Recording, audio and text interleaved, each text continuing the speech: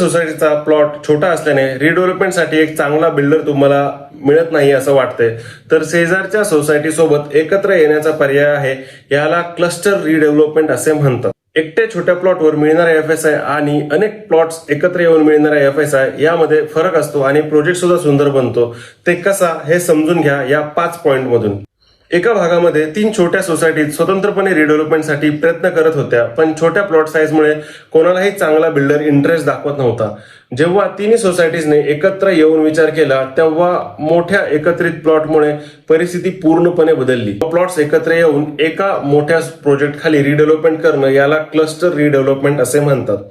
दुसरा पॉइंट, मोठ्या प्लॉटवर जास्त एफएसआय मिळण्याची शक्यता असते. अनेक ठिकाणी मोठ्या एकत्रित भूखंडावर नियमांनुसार जास्त फ्लोअर स्पेस इंडेक्स उपलब्ध होऊ शकतो, एफएसआय उपलब्ध होऊ शकतो. त्यामुळे प्रत्येक मेंबरला जास्त फायदा मिळतो. तिसरा पॉइंट, मोठे आणि रेप्युटेड बिल्डर्स आकर्षित होतात. मोठा प्रोजेक्ट असल्याने आर्थिकदृष्ट्या सक्षम आणि अनुभवी डेव्हलपर्स इंटरेस्ट दाखवण्याची शक्यता खूप वाढते. चौथा पॉइंट, सगळ्या सोसायटीचा एकत्रित निर्णय आवश्यक आहे. प्रत्येक सहभागी सोसायटीने स्वतंत्रपणे योग्य बहुमताने संमती देणं आवश्यक असतं.